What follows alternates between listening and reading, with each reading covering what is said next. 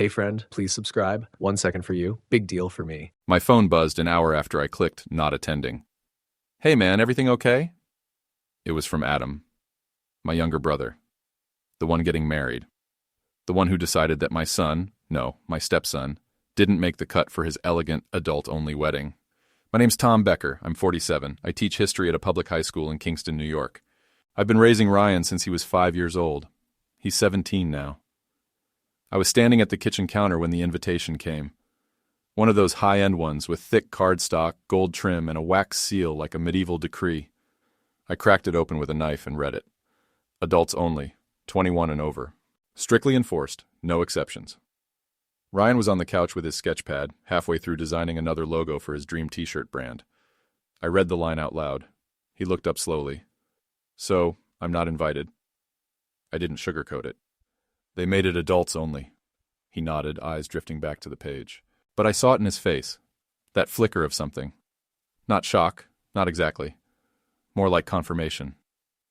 I didn't say anything more, didn't call Adam, didn't argue with my parents. I just went back to the RSVP link, clicked, not attending, and shut the laptop. That was it, or at least it should have been.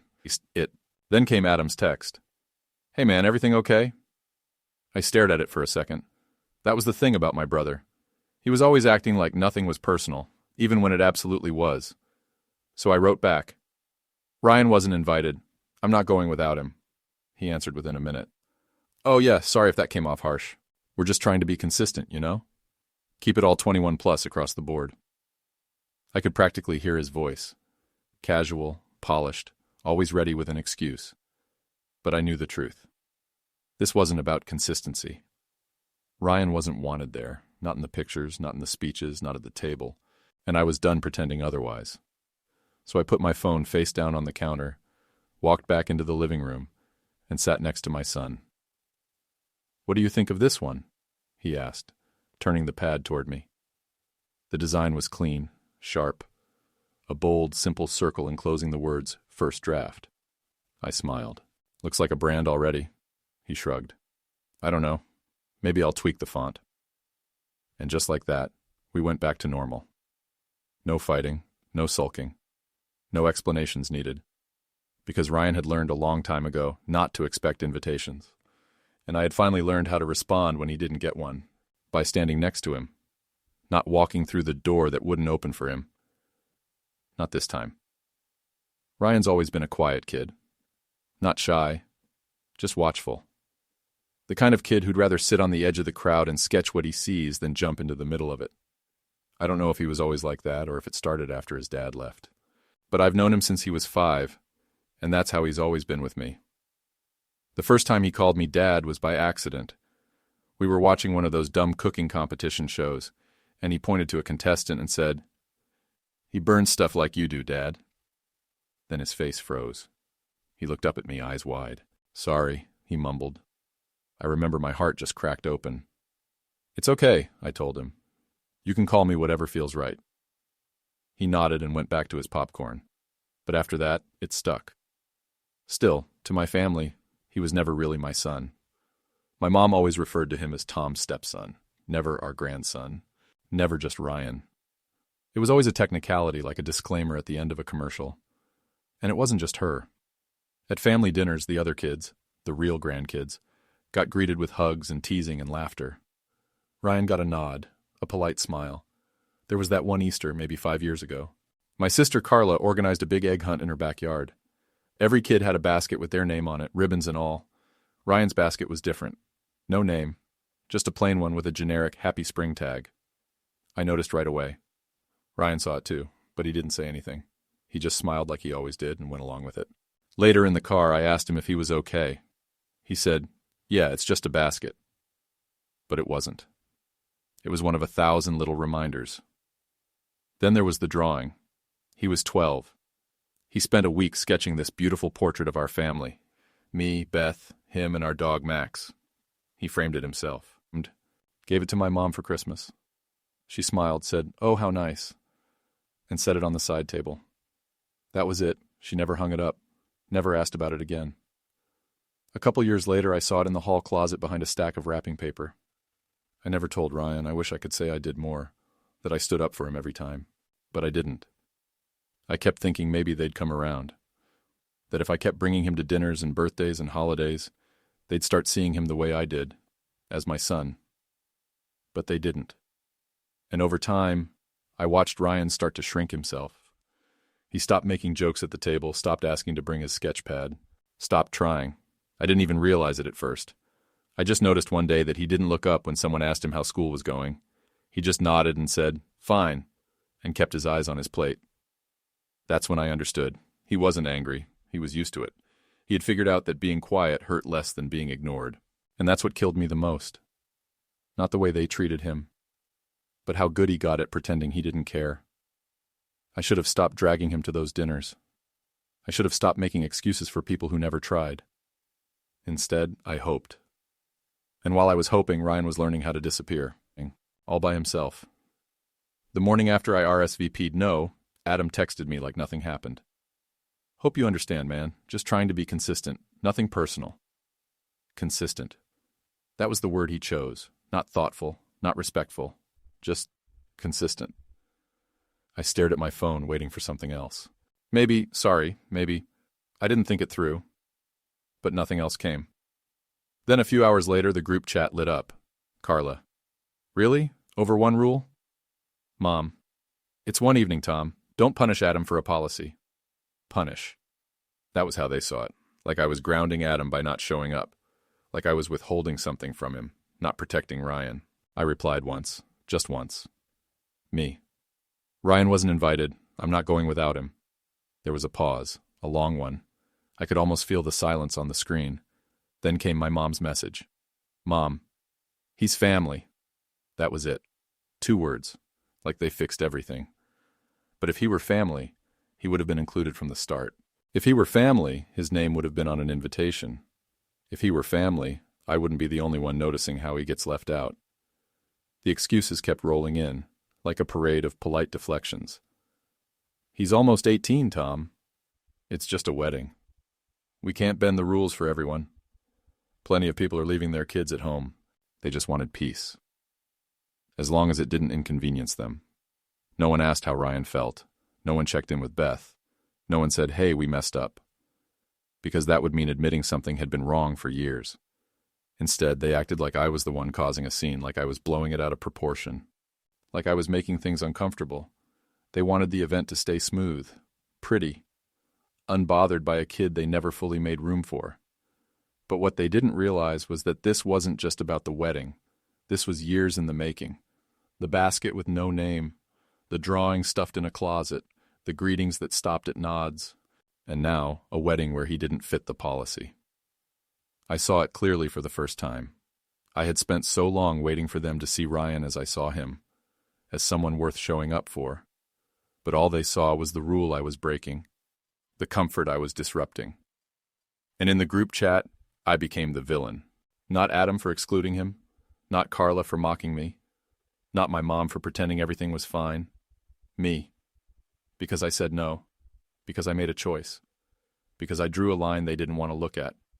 So I muted the chat. Let them argue with themselves. Because I wasn't explaining myself anymore, I was protecting my son. And if that made me the villain in their story, so be it. For the past 10 years, Christmas was always at our house. Every December, like clockwork, I'd drag the folding chairs out of the basement, buy 2 kinds of cider because Mom liked hot and Carla liked cold, and stock the fridge with Adam's favorite beer, even though he never finished more than 2. I cooked the roast. Beth made her bourbon pecan pie. Ryan would hang the lights along the porch even though he pretended to hate it. And every year, they all came. Every year, Ryan watched from the edges. This year, I didn't do any of it. No email thread. No group text asking who was bringing what. No Costco run for extra napkins. No clearing out the fridge for leftovers. I didn't say anything. I just didn't start it. Beth didn't ask. She knew. Ryan didn't ask either. He just noticed I hadn't brought the chairs up. Mid-December, the text started anyway. Carla. What should I bring for dinner? Ring. Adam. We'll be 5. Let us know what Ryan wants. That one nearly made me snap. Let us know what Ryan wants. Like he was a side dish. Like including him now was some thoughtful gesture.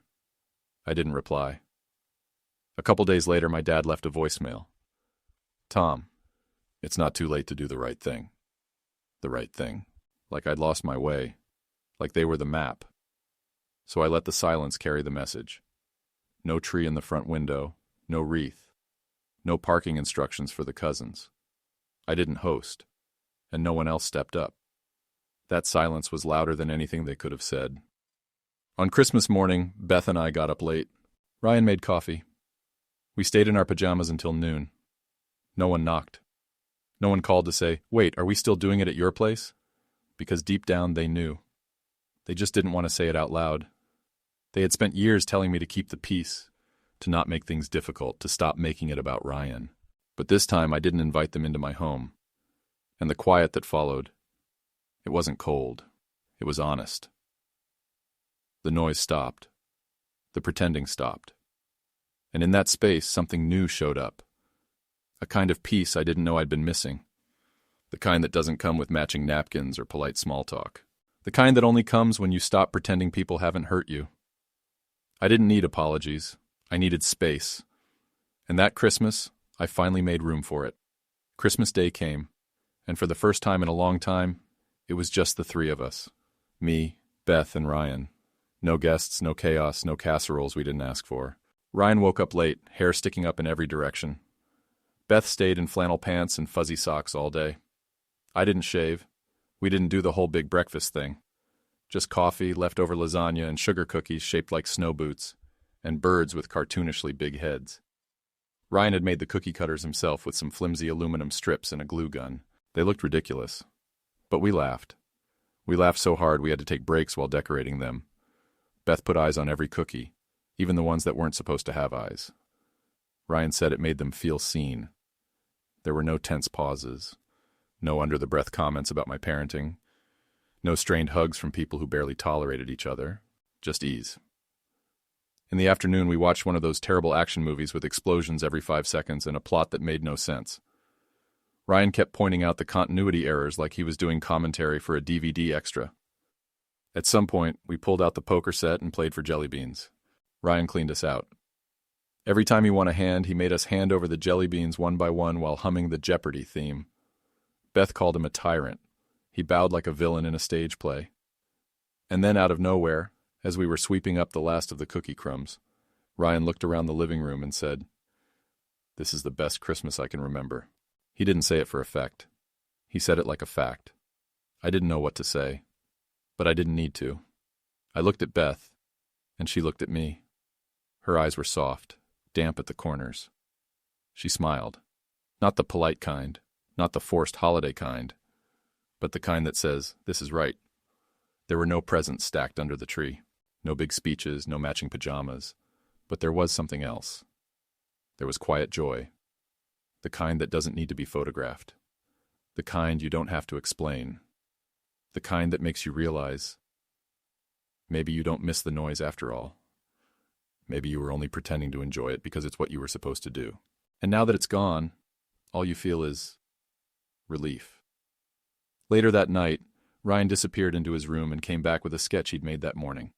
It was the three of us sitting on the couch, laughing. Beth's head tilted back mid-laugh, me holding a mug, Ryan surrounded by a pile of jelly beans. He handed it to me and said, "Merry Christmas." I didn't frame it. Not yet.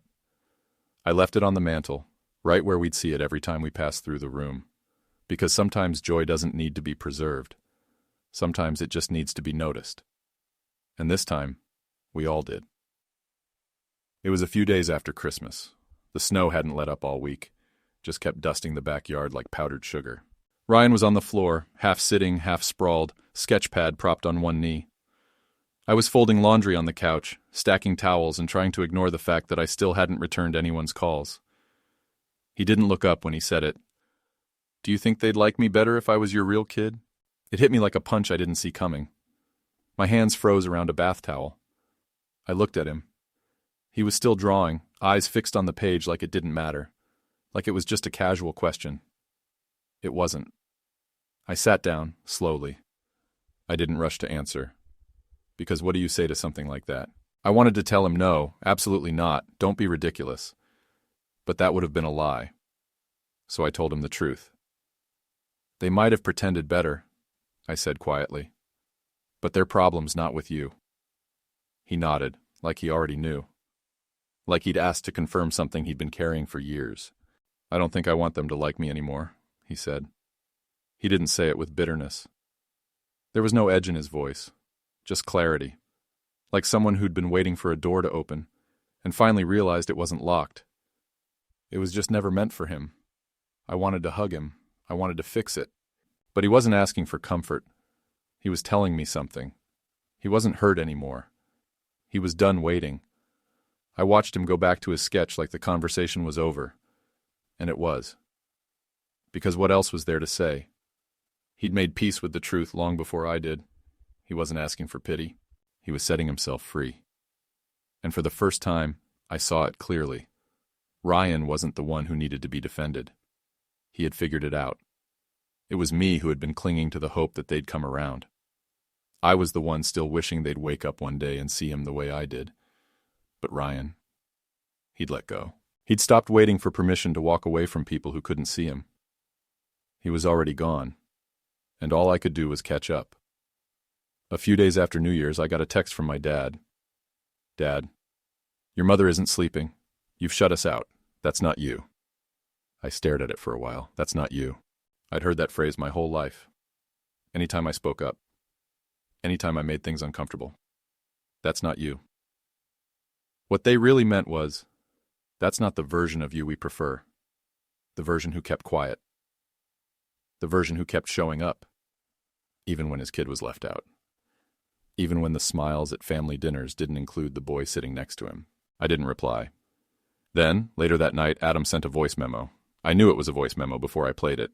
He always saved the heavy stuff for voice notes. Couldn't be misread that way. I listened. His voice was smooth, deliberate, practiced. Tom, I just wanted to say it really sucks that you took this path. You always made such a fuss about Ryan. I get it, you love the kid. But now it feels like you're using him to make a point. That's not healthy. You need to let this go. I deleted it before it finished. Blocked his number. I didn't want to hear his voice in my house. Not anymore. Because here's what Adam, and all of them, still didn't understand. Loving Ryan isn't a tactic. It's not a way to win an argument. It's not leverage in a family power struggle. It's just love. It's showing up for someone, over and over, until they stop questioning whether you will. It's protecting a kid who never asked for protection, but learned early on not to expect it. They saw obsession. They called it overreacting. They saw my boundaries as drama. Because real love, the inconvenient kind, the kind that holds people accountable, makes people uncomfortable. They wanted me to keep the peace. But peace that asks you to abandon your child isn't peace. It's surrender. And I wasn't doing that anymore. So I let the silence grow. Didn't send a holiday thank you.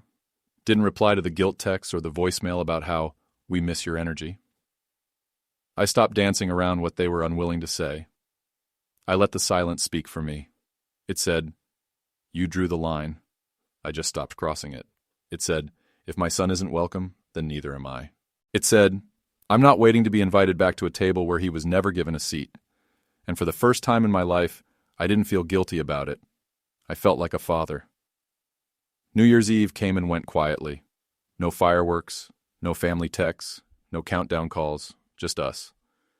Beth made a late dinner, nothing fancy. Pasta with way too much garlic bread with even more. Ryan said it was criminally aggressive, and we all laughed like idiots. At midnight, we didn't even notice the time until Beth glanced at the microwave clock and said, "Oh, Happy New Year." We were sitting on the floor trying to untangle the new board game Ryan got for Christmas. It was some glitchy indie card game that barely worked. The rules contradicted themselves. The cards were misprinted, but we played it anyway. And we laughed. Laughed every time someone tried to make sense of a card that said, draw 2 unless you roll a 5, which reverses the previous effect, unless your socks match. Ryan called it chaos in a box. We played for hours. There was no pressure to make it magical. No fuss. No forced cheer. Just a quiet kind of joy that didn't need to be documented or explained. Beth brought out a bottle of sparkling apple cider around 11. We poured it into mismatched mugs because we hadn't run the dishwasher. We clinked them together. To no expectations, I said. Ryan grinned. To rules that make sense. Beth raised an eyebrow. To chaos in a box. We drank, and I realized something I hadn't let myself believe until then. I didn't miss it. Not the big family countdowns. Not the staged group photos. Not the texts from people who never saw Ryan for who he was, but suddenly remembered him when it was time to send a card. I didn't check my phone once that night. Not out of protest, but because I wasn't waiting anymore. I wasn't wondering if they'd finally get it. I wasn't hoping for an apology wrapped in a resolution. I was done explaining, done justifying, done shrinking our joy to fit into their version of what a family should look like. New year, new rule. No one gets to define our family except us. And if that means fewer seats at the table, so be it. Because the ones left, they're the ones that matter. A week into January, I went to grab milk from the fridge and saw it. Ryan had taped one of his sketches to the freezer door. It was us. Just the three of us. Me, Beth, and Ryan, sitting at the kitchen table in our pajamas. Beth was laughing, mid-eye roll. I was holding a coffee mug that said, "World's okayest dad." Ryan had his hoodie half off, a jelly bean in his mouth, and a ridiculous grin on his face. Above us, in his messy block-letter handwriting, he'd written one word. Family, no asterisk, no disclaimer, no step or sort of or technically. Just family.